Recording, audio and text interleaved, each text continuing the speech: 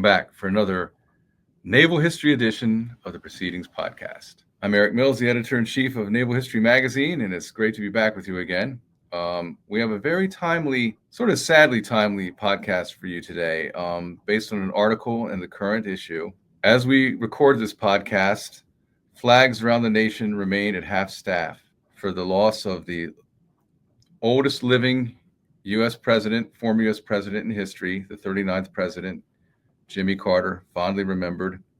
For our purposes at Naval History, he's unique in that he was the only Naval Academy president this nation has had. And he had a very unique relationship as well with the father of the nuclear Navy, Hyman G. Rickover. This was a relationship that informed Carter's life in important ways early in his career and then later as he became the 39th president of the United States. So here to talk to us about the Carter-Rickover relationship is Dr. Glenn Robbins. He's chair of the Department of History and Political Science at Georgia Southwestern State University. And he has a wonderful piece in the current issue about that Carter-Rickover relationship. So here to tell us all about that is Dr. Glenn Robbins. Glenn, welcome. Thank you for joining us. Thank you for having me. It's good to be here. This was a more timely article publication than we had intended. President Carter had turned 100, so we thought this is the perfect time to honor that and run this. And lo and behold, he has left us now at this point. So it really feels kind of gratifying to have this out here now. And Carter's relationship to the Navy in general, and in particular his relationship to Hyman Rickover, is unique and complex and interesting, kind of a thing unto itself. So maybe you could tell us about how that relationship began and how it sort of was rekindled by Carter's election campaign and then presidency. Well, Carter actually started using what I've kind of termed the Rickover resume in the 1960s. After he had gotten out of the Navy in the early 1950s after the death of his father, as he started to enter into politics. And so he relied very heavily on an interview question. As your audience knows, everyone that applied for and to enter the nuclear Navy had to do a face-to-face interview with Admiral Rickover, who was at the time Captain Rickover. And during that interview, when they were discussing Carter's class standing, which was very high, Carter graduated in the top 10% of his class at the Academy, class of 47. And Rickover asked him a question, did you do your best? And it kind of stunned Carter, or at least that's the way the story has been told. And he was unsure how to answer. And he finally just answered truthfully and said, no, he did not. And Rickover rejoined with, why not? And Carter, to which Carter never replied. And then Carter later sort of adapted that question, that famous question of why not the best, as a way to frame his own political identity, and in many respects to frame his political campaign. He talked often about why we couldn't have a government as good as the American people. And he would link it to the question that Rickover had posed to him as a young lieutenant beginning his career in the nuclear Navy. And so that's where the story actually begins. It begins in 1952. Carter starts using it in the early 1960s. And then when he decides to run for president, he titles his campaign biography, Why Not the Best? And he talks a lot about his naval service in there, including his time in the nuclear Navy, working with Admiral Rickover. And so that's how the story starts. And then when he becomes president, that decades-old connection that he had with Rickover is rekindled, and Rickover becomes a reoccurring guest in the Carter White House. Let's talk about that some, how that sort of was revived and resuscitated, and what kind of influence did he have on policy with Carter? Right. And so there's an interesting interlude in there that's covered in the article that when Carter decides to run for president, he actually writes to Rickover asking for advice on certain policy issues, in particular about how to work and negotiate contracts with military contractors, building ships and building submarines and so forth. But also was a range of issues, anything foreign policy related and also domestic policy related. And so Carter had sought Rickover's advice, and when Rickover first learned about Carter's interest, he wasn't completely sure who Carter was. He had didn't recall right away, and so he had to pull his personnel files and kind of refresh his memory about who Carter was. And so the importance of that story there, the sort of the Jimmy Who moment, because Carter was a bit of an unknown politician when he first started, is that there really wasn't a relationship per se. I mean, everyone who served in the nuclear Navy had been influenced by Rickover in some way. And Carter used the why not the best interview question as his way to connect to Rickover.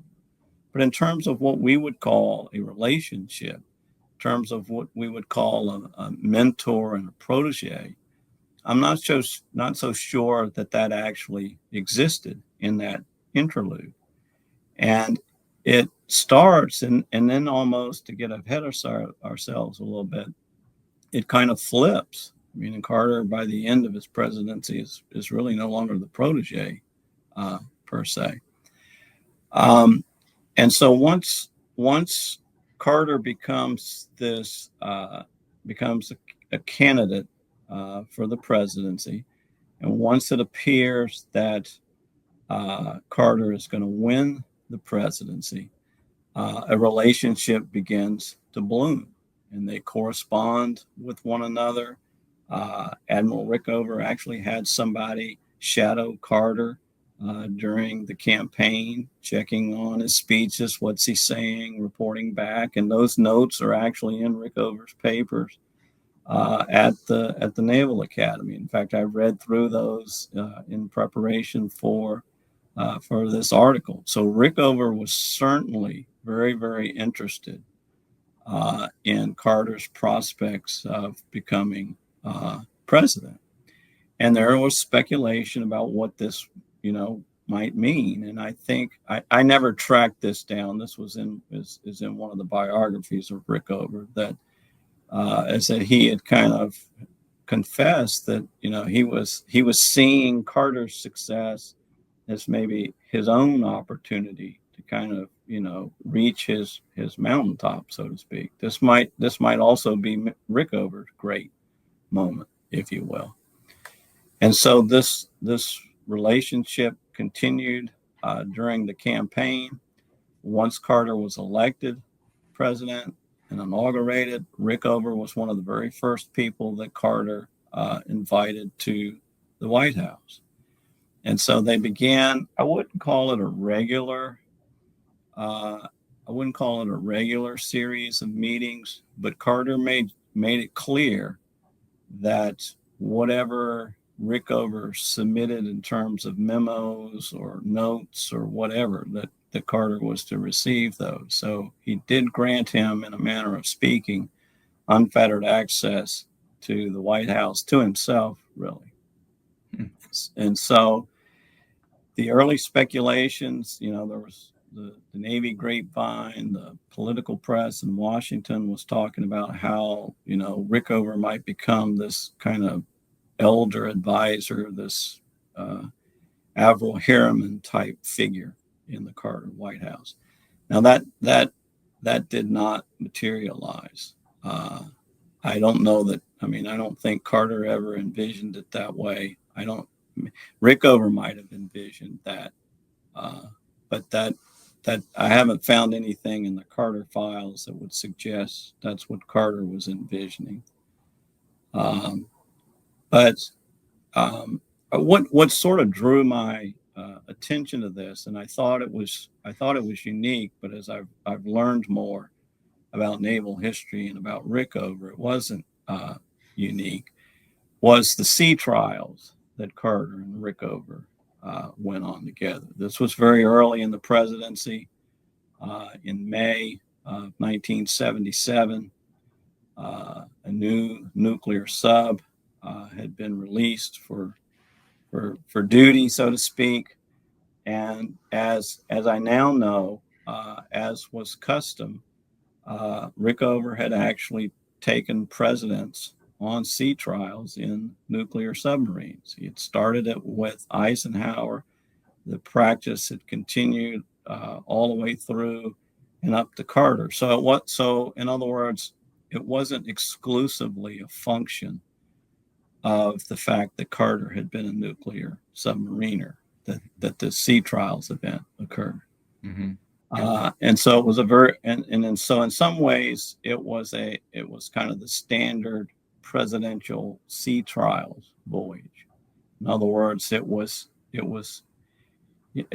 for lack of better terms, it was propaganda. It was a way for the president to be associated with the nuclear navy, which was a way to send the Soviets a message about American military power, and in this case, specifically about naval power or sea power. And if you look through the transcripts of the Q&A and stuff, you'll see questions about the weapons capabilities of this new submarine and how that would impact the SALT II negotiations that had started at that time. And so that was certainly part of it. I mean, and that's what Rickover intended with these commander-in-chief sea trials. But there was also, the press was very interested in this, what I call, the soft news dimension to it. The fact that it's Rickover and it's the old nuclear submariner, Jimmy Carter, reunited once again. I mean, and the First Lady had joined them too. I'm not sure. I think this was the first time a First Lady had been on a nuclear submarine sea trial. And it was, and it was an all-day thing. I mean, they went out for 6, 7, 8 hours, and when they got back, there was, there's this humor and there's this banter that's going on between, in some respects, mainly between Carter, Rickover, and the press. The press had asked this question about whether Carter had his sea legs, and Rickover kind of looked at the press like, you don't understand anything about the Navy and about being on ships. You don't have sea legs when you're on a submarine, kind of thing. And then Rickover snuck in some little jest that said, what happened today proves that any naval officer can grow up to be president of the United States if they want to. Yeah. So I mean, so this little bit of banter, these exchanges. I mean, I don't know where. I mean, I'm just getting into studying about the nuclear navy, and I'm just getting into studying about Rickover. But I mean, you don't have those kinds of examples of Rickover relating to someone under his command in this kind of way, at least not in a public way. In other words, it's a side to Rickover, I guess, that a lot of people maybe haven't seen before. And to me, the comfort level there is starting to grow. I mean, Carter writes about this in his diary. He deeply enjoyed this. And it wasn't just that he got to go on a sea trial on a nuclear submarine. It was that he got to do it with Rickover. I mean, this was a very meaningful thing. And as time progresses, the families start to do things socially. I mean, the Rickover's wife and the First Lady They exchanged correspondence. Rickover actually gave Carter's young daughter, Amy, gifts. I think one of the most amazing stories was when Rickover's wife invited the Carters over to a surprise birthday for Admiral Rickover. And they just spent what you'd consider a normal evening together in Rickover's apartment celebrating his birthday. And so, I mean, that's a side, again, another side to Rickover that you just, I mean, again, as someone who is new to all of this, this is a side to Rickover that you don't know. I mean, and it's also a side that's not in the biographies of Rickover that I've skimmed through kind of carefully. And so then, as time progresses, Rickover and Carter meet and they discuss everything.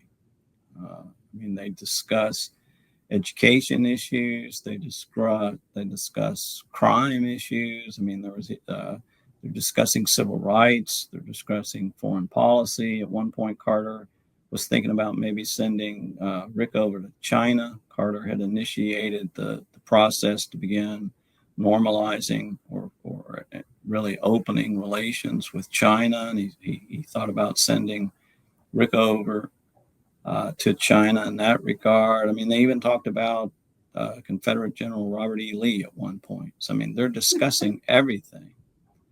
And Carter's listening. Carter's famous first speech on the energy crisis, where he uses the phrase "the moral equivalent of war," which later was derogatorily termed "meow." That phrase, "moral equivalent of war," was suggested by Rickover. We have the memos that Rickover sent, knowing that Carter was giving the speech. Rickover said, "I've been busy, but here are some thoughts at the last minute." And he talks specifically about the moral equivalent of war. And Carter adopted and co-opted that line into his speech.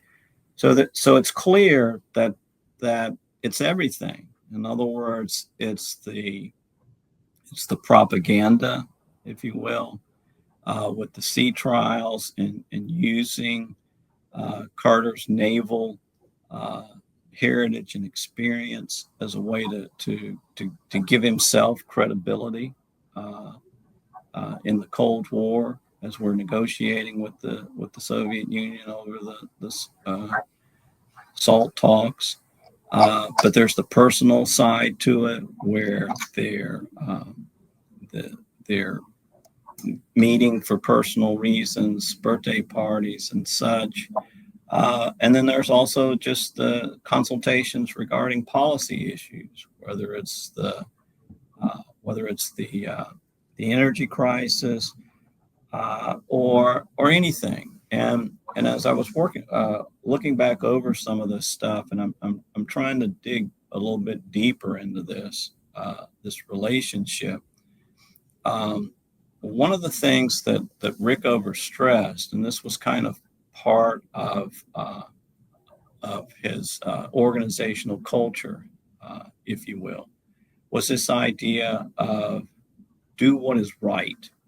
A lot of times when sailors asked Rickover, "What should I do?" A lot of times this was when they were navigating mechanical problems or technological problems. Rickover's response would be, "Do what is right." And I think that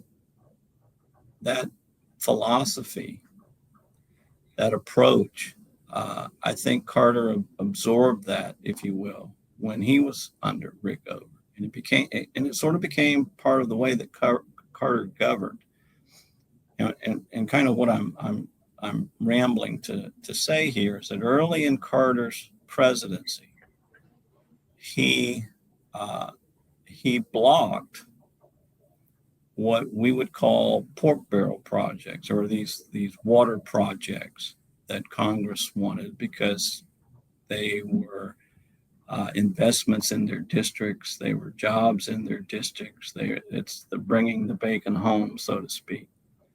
And Carter opposed those, and it created. It was one of the first things Carter did. It kind of created a sour relationship with Carter very early on in his presidency.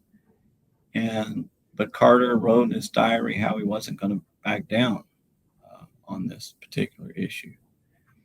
And as I was doing some of the research, I actually found in Admiral Rickover's notes where he had applauded Carter for this, told him that he was doing what was right, and that he should, stick to his guns, don't back down, do what was right. And I think as you were kind of framing and setting this up at the beginning, to me, this is one of the things that, in some ways, it's hard to trace. In other words, you can't say Rickover taught him this, and that translated into this piece of legislation or into this foreign policy initiative. I think it's more difficult to define. Carter often talked about Rickover. His line was that next to my father, no man has had more influence on me than Hyman Rickover. And I think the doing what's right mantra, if you will, or philosophy or belief was one of those things. I think also Rickover taught Carter about accountability, and that the man in charge is the one that's ultimately accountable for seeing that things are done. And so I think those are the influences that Rickover had on Carter that translate into Carter's presidency. It's interesting to look at this from the context of the Navy in the 70s and this sort of inner conflict going on between the nuclear Navy, which sees itself as the Navy, the future, and those who aren't in the subforce, in the nuclear subforce, surface naval officers. They're all vying for their piece of the pie and their sort of existential survival. So Rickover seeing a Navy guy become president, not only a Navy guy, but a former nuclear Navy guy, he must have seen this as like a wonderful thing from his point of view for the sake of a nuclear Navy going forward. And he lauded Carter. This is what's interesting to me. He lauds Carter for doing what's right in his mind and sticking to his guns. Yet that eventually translates into Carter going against something that Rickover himself was lobbying for, a nuclear project that was a budget buster, I believe. Maybe let's talk about that. How Carter actually did stick to his guns in a way that Rickover would have admired, counter to something that Rickover would have wanted. Right, and I think that's this is an area where I'm just barely getting my feet wet in, but I think everyone in the military community, the defense community, believed that because Carter himself had been an officer, was an Annapolis graduate, had been an officer, that it was going to be happy days again and lots of spending on defense projects. And I don't know why they believed that, because Carter was very consistent about controlling government spending, about controlling defense spending. And in fact, with very early in the administration, with Presidential Review Memorandum Number 10, the PRIM, Carter had indicated that he was going to lower funding for the Navy. And the incident that you're mentioning, there was actually another public appearance in which Carter and Rickover were together, and they asked Rickover if he had convinced his old protege to build more nuclear ships and to build more nuclear subs. And Carter had kind of already decided that he was going to block, he was going to veto those projects.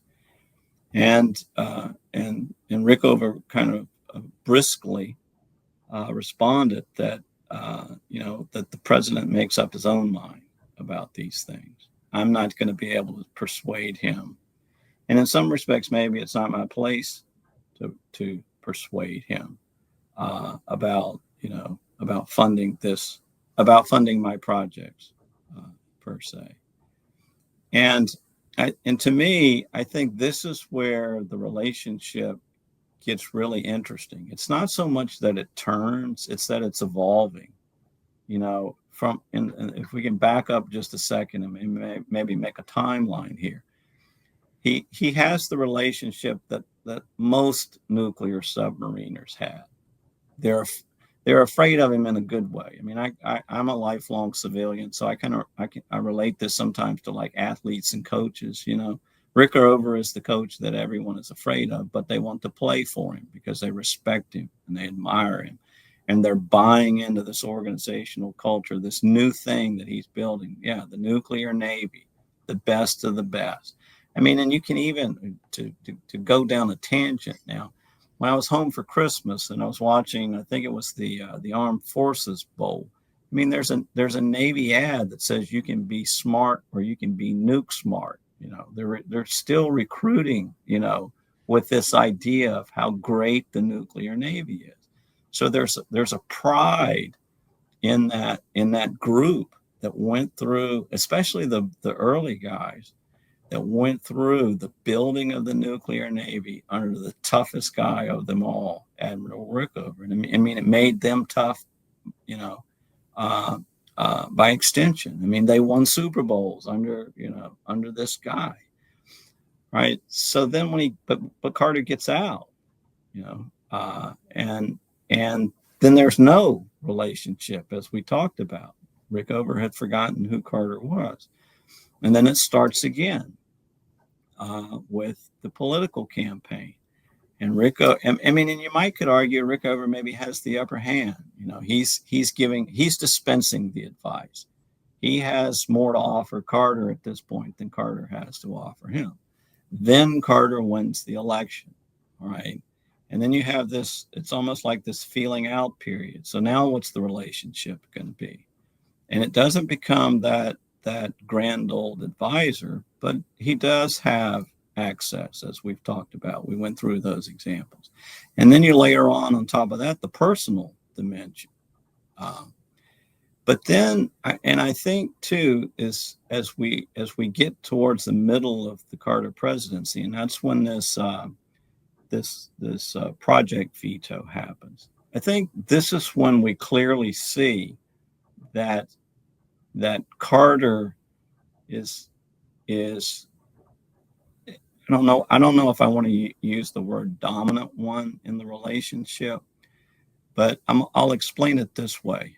There are a lot of speeches in military settings, especially the Navy, where Carter talks about his past naval experience, and then he says, "And I've been promoted to commander in chief."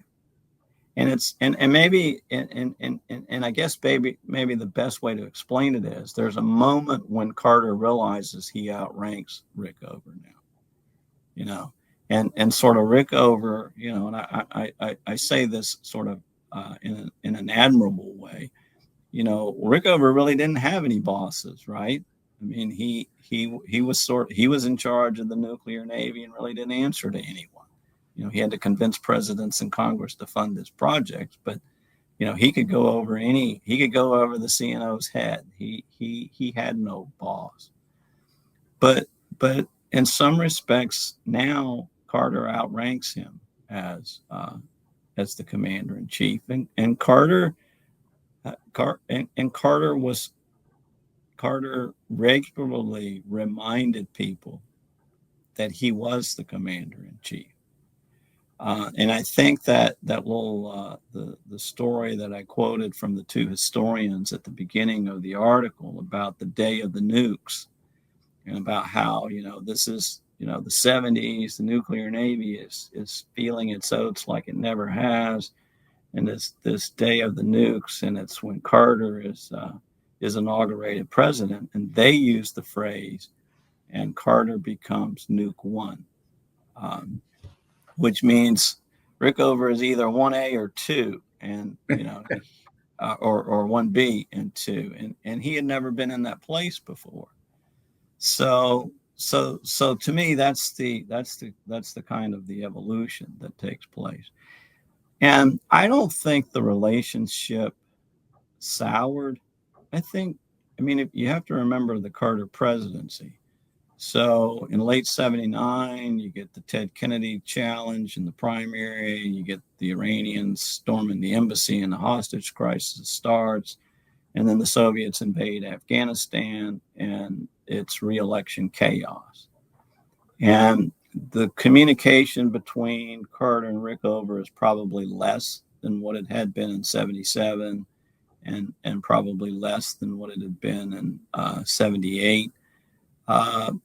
But that I don't think that's because the relationship had changed. I think some of the Rickover biographers maybe have hinted at that. I'm not convinced at this point. I haven't finished the research, but I'm not convinced at this point that that's what happened. I just think it's the circumstances of the presidency at that point, because at the very end in 1980. Carter is still in communication with Rickover. Before Carter leaves office, he awards him the Presidential Medal of Freedom. It's the ceremony at the White House.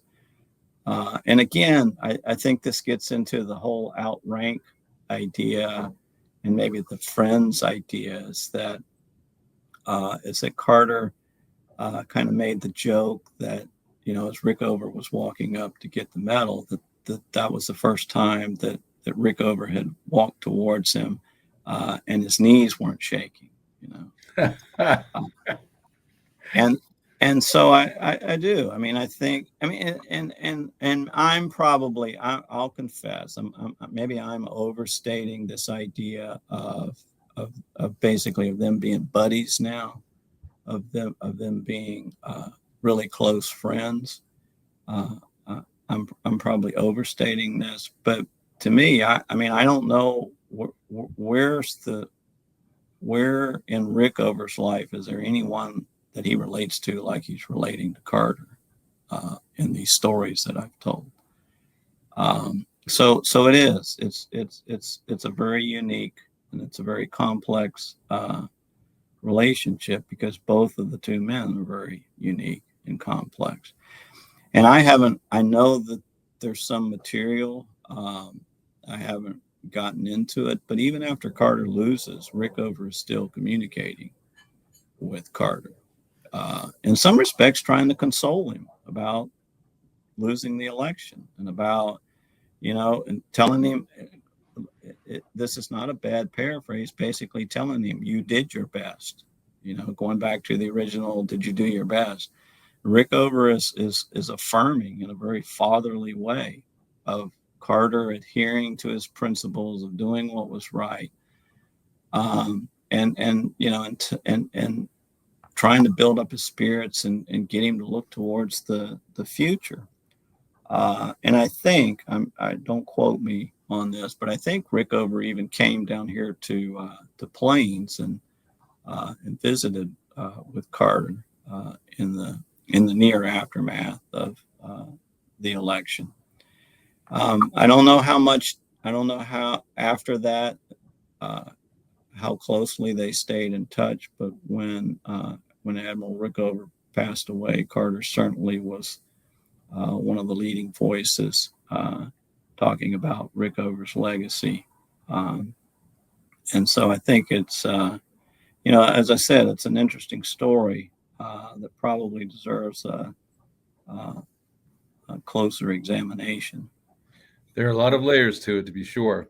Right. And I think the fascinating dynamic to me, it's kind of almost like that.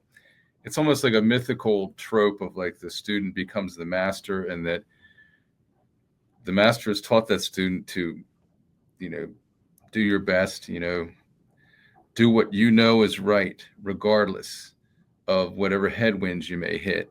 And Carter takes that message so to heart. He himself says he's the greatest influence on him besides his own father. So clearly he is an influential figure on him. And he takes that message to heart and does just what he's been taught to do, even when it becomes to the point where he's now vetoing what his erstwhile master had taught him. Um, it speaks to the qualities of both of them, that when he did that, Rickover still quite diplomatically says he's the president, he's doing what he thinks is right to do. That's almost a compliment based on what he had taught him early on.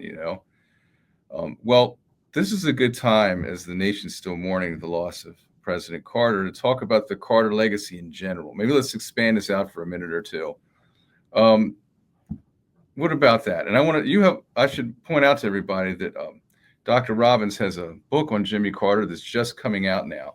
And we'll talk about that too at the end. But let's talk about Carter's legacy in American history and American presidential history, just in a general sense. What is your take on that, Glenn? All right. So I've thought about that a little bit more deeply since President Carter has passed away, and I've looked at the number of op-eds and opinion pieces and things that have appeared in like the Washington Post and the New York Times, and I kind of think that how Carter will be remembered depends on who is doing the remembering. And that may sound like a cop out a little bit, but I teach at Georgia Southwestern, and this is actually the first college that Jimmy Carter attended. He and the First Lady both attended here, and Carter was here for a year before he went to Georgia Tech.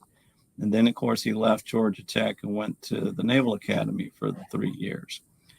And so as I was driving into campus today and noticed that the flags were still at half mast, and the flagpole sits where we sort of have what you could call a monument to Carter. He had written his name in some fresh concrete here at the college when he was actually a student. And that concrete has been dug up and has been preserved as kind of our Carter monument. And I was thinking, how many people who voted Carter out of office in 1980 are even alive today? I mean, that was 45 years ago. And so I think that, and I say all that to say, I think that Carter's legacy is going to depend on who's doing the remembering. And so it's not my place, and I'm not completely comfortable saying, here's the 3 things that you need to remember about Carter. So I like to think about it like this: is that Jimmy Carter lived a consequential life on a global stage. And you and I, all of us, I guess, are trying to live a consequential life, but most of us aren't doing it on a global stage. And so I think that's like the starting point for trying to define Carter's legacy. And we also need to remember Carter and understand Carter based on the compounding effects of his 100-year life. In other words, I don't want to get into the argument about whether he was a good president or a bad president, or whether this policy was a good policy or whether that policy was a good policy. I think in some respects we need to elevate him maybe above that. And to me, his legacy is that he was a teacher, and he was a teacher who was committed to global human rights. I I never interacted with Carter very often. I have a couple of stories that I could tell, and I'll tell one real quickly to illustrate this point. He had actually come to deliver a talk at GSW, and he came in the context of being an author. This was not long after he published his novel, The Hornet's Nest, which was about the Revolutionary War. And so after he gave his talk, he met with a group of students. There's about 50 students in the room. And Carter sat at the table of a group of student writing award winners. And as the faculty representative, I've got to sit with them. And this was really my first time to watch Carter in action, so to speak. And it amazed me how he could have a conversation with every single person about something on an intellectual level.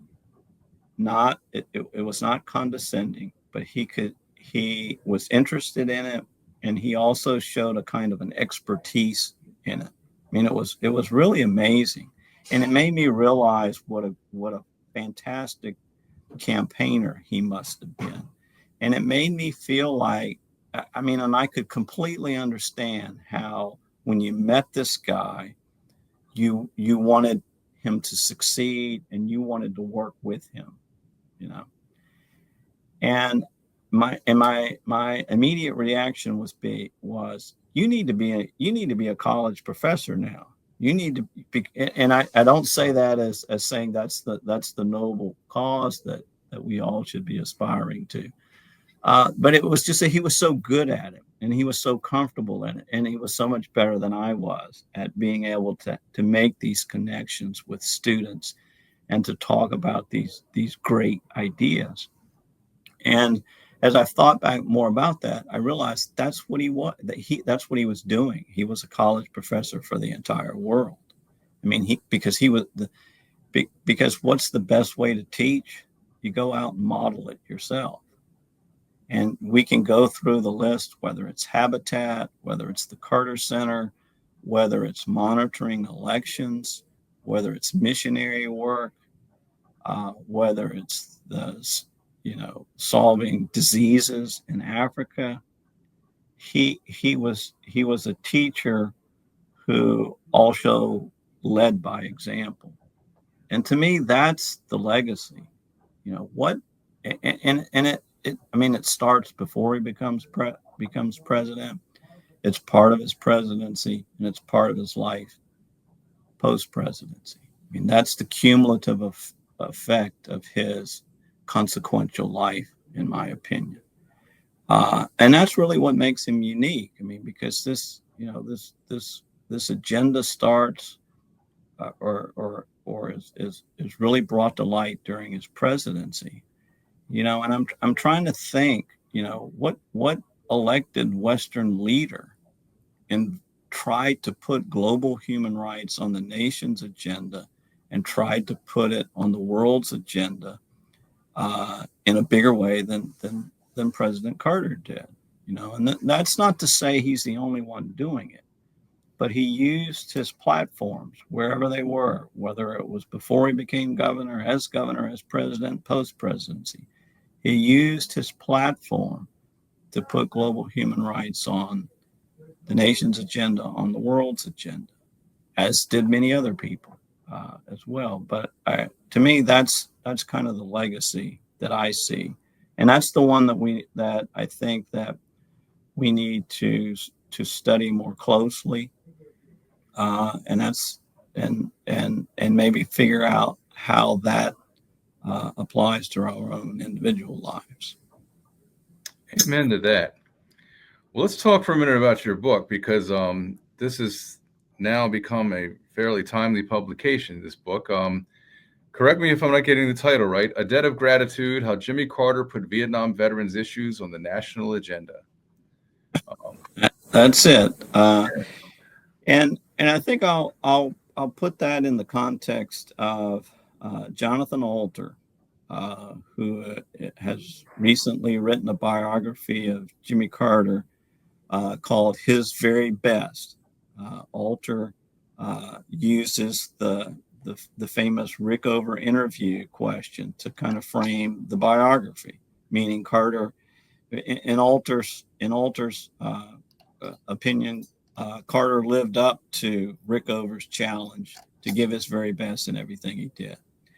And Alter has written a couple of articles, one in the Washington Post, I think another one in the New York Times. And Alter is kind of this leading voice for saying it's time to re-examine the life, the presidency of Jimmy Carter. And I believe that too. But I believe that the re-examination needs to be more than just a new debate about the same old questions.